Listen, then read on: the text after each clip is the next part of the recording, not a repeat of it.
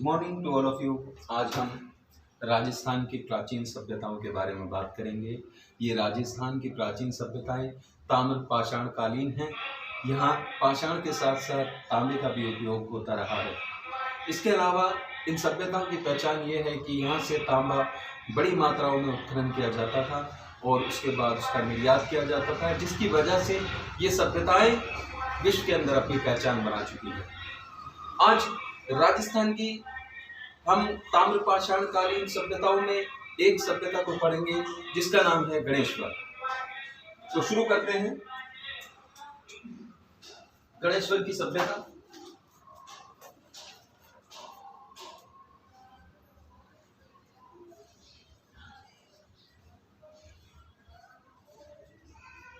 ये गणेश्वर की सभ्यता है। अक्सर जो सभ्यताएं होती हैं वो नदियों के पास विकसित होती है। नदियां उनका पालना है। ये एक विद्वान कहते हैं कि सभ्यताओं का पालना अगर कोई है तो वो नदियां होती हैं। नदियों के आसपास ही सभ्यताओं का विकास होता है, सभ्यताएं अपना विकास करती हैं। तो ऐसे ही गणेश्वर की सभ्यता है। तो जाहिर सी बात है, यहाँ इस नदी के बारे में बात होगी, इसकी खोज के बारे में बात होगी, इसकी स्थिति के बारे में बात होगी। तो ये जो है गणेश्वर, ये जो है कौन से जिले में? सीकर जिले के अंदर है। जिला इसका सीकर है, क्योंकि सब जो है राजस्थान के जितने भी जिले हैं उसमें से हम देखेंगे कि कई जिलों में सभ्यताएं ये ताम्रपाषाण कालीन हमें मिली हैं। तो सीकर जिला है और नीम का थाना इसका जो है क्या है, ये इसका तहसील लगती है। ठीक है, तो ये नीम का थाना तहसील लगती है, सीकर जिला है। और नदी की यदि बात करें तो नदी यहाँ पर कांतली नदी है। कांतली नदी है, नदी की बात कर लेंगे। कांतली नदी यहाँ से बहती है। और जो इसकी खोज करता है उनकी बात करते हैं। तो खोज जो है हम देखेंगे, एक विद्वान जो भारत के हैं और बार बार राजस्थान की सभ्यताओं का श्रेय उनको जाता है, राजस्थान की सभ्यताओं के खोजने का क्रेडिट उनको जाता है। तो उनका नाम हमें अच्छी तरीके से याद होना चाहिए। यहाँ पर जो है इस सभ्यता को जो है वो है आरसी अग्रवाल है। अग्रवाल,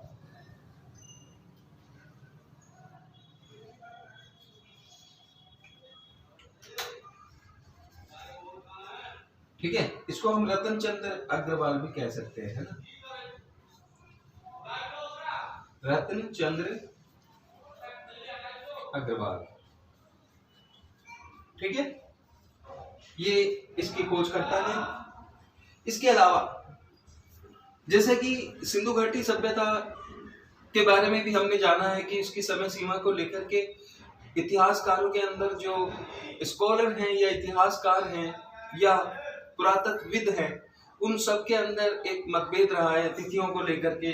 कार्बन डेटिंग के हिसाब से अलग डेट मेंशन की गई, जबकि जो विदेशी इतिहासकार हैं उनके द्वारा अलग मत पेश किया गया।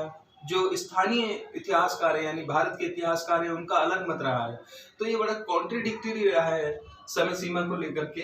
बहरहाल रतन चंद्र अग्रवाल कहते हैं कि यहाँ के जो अवशेष हैं वो 2800 बीसी पुराने हैं, यानी कि 2800 साल बिफोर क्राइस्ट, ठीक है, पुराने यहाँ से अवशेष प्राप्त हुए हैं। तो जो एक तिथि का जो है सेंटर मान लिया जाता है क्राइस्ट को, और उनसे पहले की जो हम देख रहे हैं तिथि है तो 2800 साल पहले बिफोर क्राइस्ट। तो इस हिसाब से हमने देखा कि यहाँ पर ये अवशेष मिले हैं 2800 साल पुराने, है ना? क्राइस्ट से, नोट अभी से नहीं, क्राइस्ट से 1800 साल पुराने। तो ये एक हम सेंटर मान लेते हैं इसको, बीसी को, ठीक है।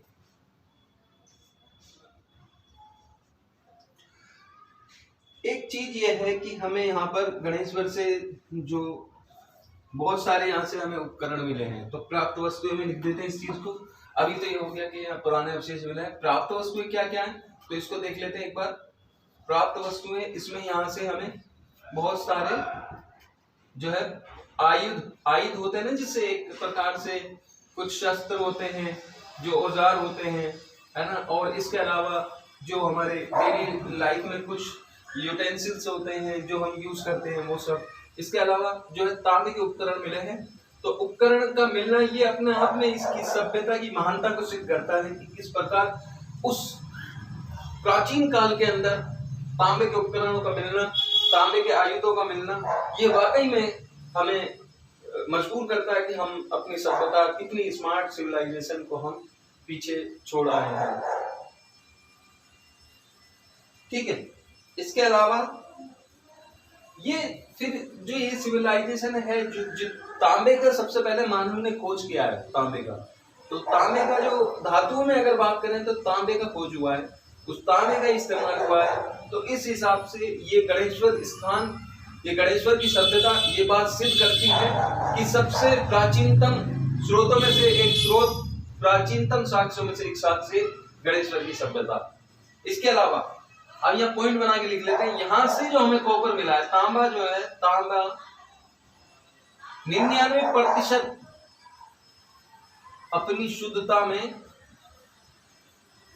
में खरा या शुद्ध। आजकल का दौर है कि हर चीज में तो मिलावट आ गई, लेकिन ये 99% जो है बिल्कुल शुद्ध तांबा जो है मिल रहा था।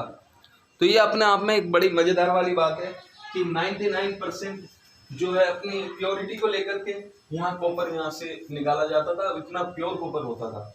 और वाकई में सभ्यताओं की अगर बात करें भारत के अंदर, तो तांबे का जो उत्खनन, तांबे का निर्यात यदि कहीं से हुआ है तो राजस्थान राज्य से हुआ है सबसे बड़ी मात्रा में।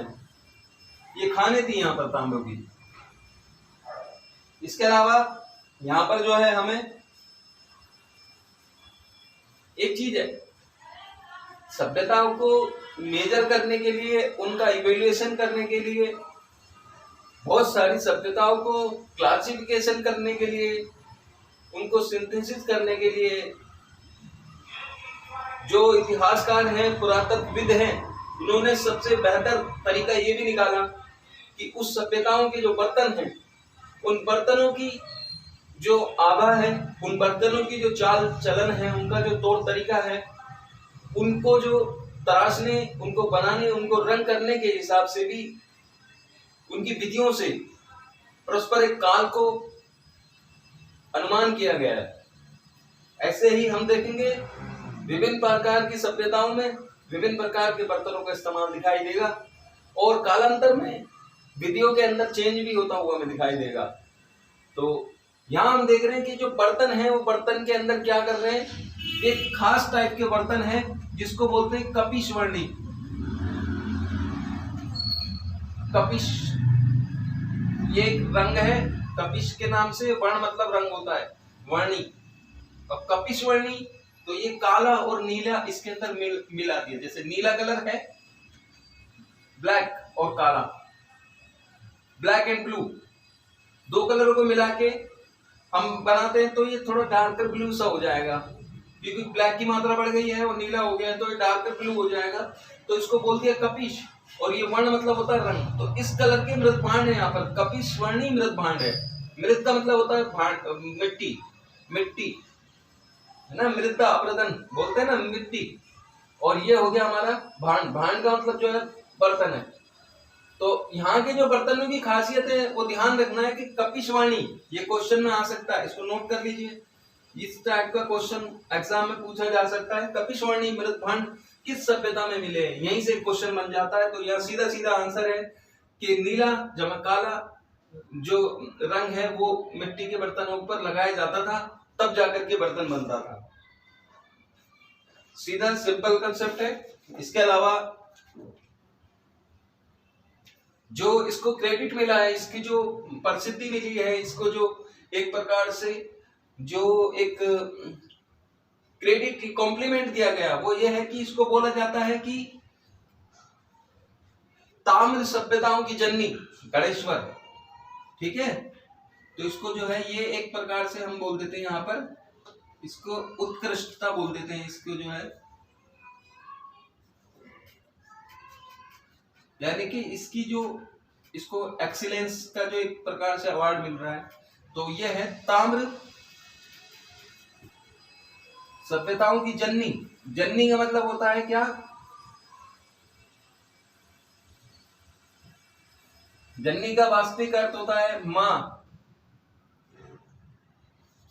ये पैदा करने वाली। तो ये अगर राजस्थान में ताम्र सभ्यताएं जहां जहां पर हैं, जहां से तांबे की खोज हुई, तांबा निकाला गया या तांबे के साक्ष्य मिले, उन सब सभ्यताओं की मां है ये, उन सब पे सुप्रीम है गणेश्वर, ये ध्यान रखना है।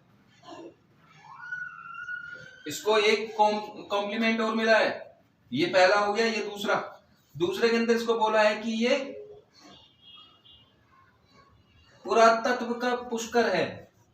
पुरातत्व बोलते हैं जो प्राचीन जो साक्ष्य है, प्राचीन जो तत्व मिले हैं हमें सभ्यताओं के, प्राचीन आदिकाल के जो तत्व हैं, जो साक्ष्य हैं, उनका पुष्कर है। पुष्कर का मतलब हम समझते हैं क्या होता है? तालाब होता है, ठीक है।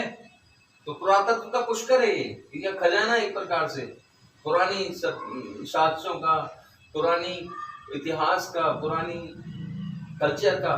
तो ये सारी चीजें इसको कॉम्प्लीमेंट दिया गया है। यहां से पत्थर से बने बांध मिले हैं, ठीक है, यहां लिख देता हूं, पत्थर से बने बांध। तो उस टाइम पे हम देख रहे हैं कि सभ्यताओं में ये ताम्र पाषाण कालीन है, और धीरे धीरे जब कांसे की खोज हो जाएगी, फिर जब तांबे की काल चलेगा, उसके बाद में काल आएगा कांस्य काल, और इन कालों के बीच में भी कई कई हजार साल का अंतर है। तो जब वो काल आएगा कांस्य का, तो सिविलाइजेशन नागरिक हो जाएगी। अभी ये ताम्र पाषाण कालीन सिविलाइजेशन जो है, जो तांबे की जो सभ्यताएं हैं, जहां से तांबा निकाला जा रहा है, तांबे का प्रयोग किया जा रहा है, तांबे के उपकरण बनाए जा रहे हैं, और यहाँ का जो सिविलाइजेशन है, ये सब ग्रामीण सिविलाइजेशन है। धीरे धीरे इनका अस्तित्व रहेगा, और क्योंकि ये अपना तांबा एक्सपोर्ट करेंगे और अपनी एग्जिस्टेंस को कायम रखेंगे, बाकी रखेंगे, जिसकी वजह से ये विलीन हो जाएंगे सिंधु घाटी सभ्यता के क्षेत्र में। क्योंकि जब इनके पास सरप्लस होगा, अतिरिक्त होगा, तो धीरे धीरे ये सिंधु घाटी सभ्यता के साथ विलीन हो जाएंगे। और इसीलिए इन सभ्यताओं को हम कई संस्कृतियों में देखेंगे, जैसे ताम्र पाषाण कालीन में है ऑलरेडी, फिर ये कांस्य युगीन में आएगी, और फिर ये लोह युगीन में आएगी।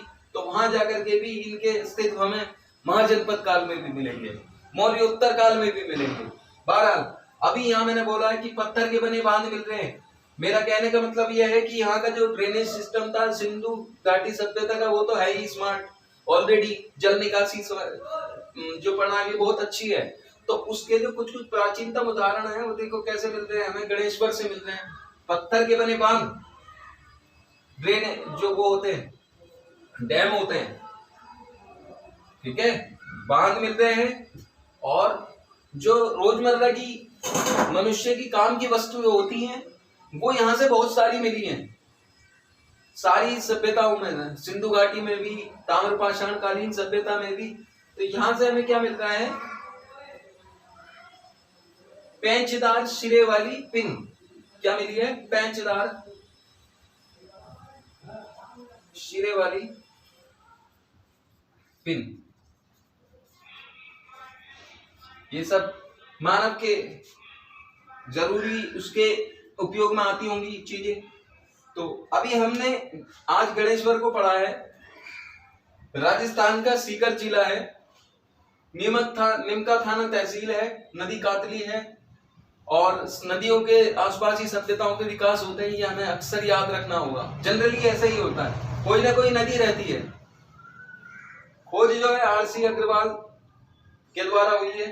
2800 बीसी पुराने अवशेष मानते हैं ये कि यहाँ पर जो है 2800 बीसी ओल्डेस्ट यहाँ के जो वो हैं एलिमेंट्स हैं, यहाँ के जो यहाँ पर जो आर्टिफैक्ट्स हैं वो इतने पुराने, ठीक है। यहाँ से प्राप्त क्या क्या चीजें, आयुध प्राप्त हुए तांबे के, और उपकरण प्राप्त हुए हैं, यहाँ मैं लिख देता हूँ, ये सब तांबे के हैं, ठीक है। यहाँ तांबा जो है 99% अपनी शुद्धता में खरा था। यहाँ पत्थर के बने बांध भी ने, पेचदार वाली सिरे वाली पेचदार सिरे वाली पिन मिली है, कपिशवाणी मृत भांड रहे, काला नीला रंग मिला करके मिट्टी के बर्तन बनाए जाते थे, वो इस्तेमाल करते थे। तो इस सभ्यता को अगर इमेजिन करना है, इस सभ्यता की यदि एक अलग कंसेप्ट बनाकर माइंड में फीड करना है, तो ये भी एक बहुत अच्छा एग्जाम्पल है, कपिशवाणी मृत भांड। क्योंकि जितनी सभ्यता के अंदर वैरायटी है, जितनी सभ्यताएं फैली हुई है, उतनी इनके अंदर सिमिलरिटीज भी हैं। मूर्तियों का मिलना एक कॉमन सी बात है, तांबे की सभ्यताओं में तांबे का मिलना एक कॉमन सी बात है, लेकिन इनको एक अलग सिग्निफिकेंट क्वालिटी के बिहाफ पर कैसे इनको अलग अलग किया जाए, तो उसमें कुछ ना कुछ हमें इनकी एक पर्सनल आइडेंटिटी को क्रिएट करना होगा, जिसकी वजह से ये फीड हो सके, माइंड में रह सके। तो गणेश्वर जो है, हम इसको कैसे याद कर सकते हैं? यहाँ कपिशवाणी मृत भांड मिले हैं, नीला जब काले रंग के मिट्टी के बर्तन मिले हैं, ठीक है। यहाँ की एक पॉइंट और बन रहा है कि 99% जो है यहाँ का कॉपर अपनी शुद्धता में खरा था, प्योर था, शुद्ध था। ताम्र सभ्यता को की जननी कहा गया है, गणेश्वर की सभ्यता को पुरातत्व का पुष्कर कहा गया है इसको। तो ये था गणेश्वर सीकर। इसके बाद नेक्स्ट वीडियो में मैं राजस्थान के उदयपुर जिले से संबंधित कई ऐसी सभ्यताओं को बताने वाला हूं जो ताम्र पाषाण कालीन हैं, जहां पर हमें तांबे के उत्खनन, तांबे के उपकरण, तांबे का निर्यात, ये सब देखने को मिलेगा। वो पर्टिकुलर हम राजस्थान के उदयपुर जिले से, भीलवाड़ा जिले से, राजसमंद जिले से और उदयपुर से ऑलरेडी हम पढ़ेंगे कल। तो बड़ा इंटरेस्ट आएगा, उसको हम समझाने की कोशिश करेंगे। मेरा आपसे अनुरोध है, प्लीज मेरी चैनल को सब्सक्राइब, लाइक, कमेंट, शेयर जरूर करें। मैं आपके पीछे मेहनत कर रहा हूं, तो आप भी प्लीज हमारा थोड़ा साथ दें, तभी मनोबल के साथ में पढ़ाने का मन करता है। Thank you very much.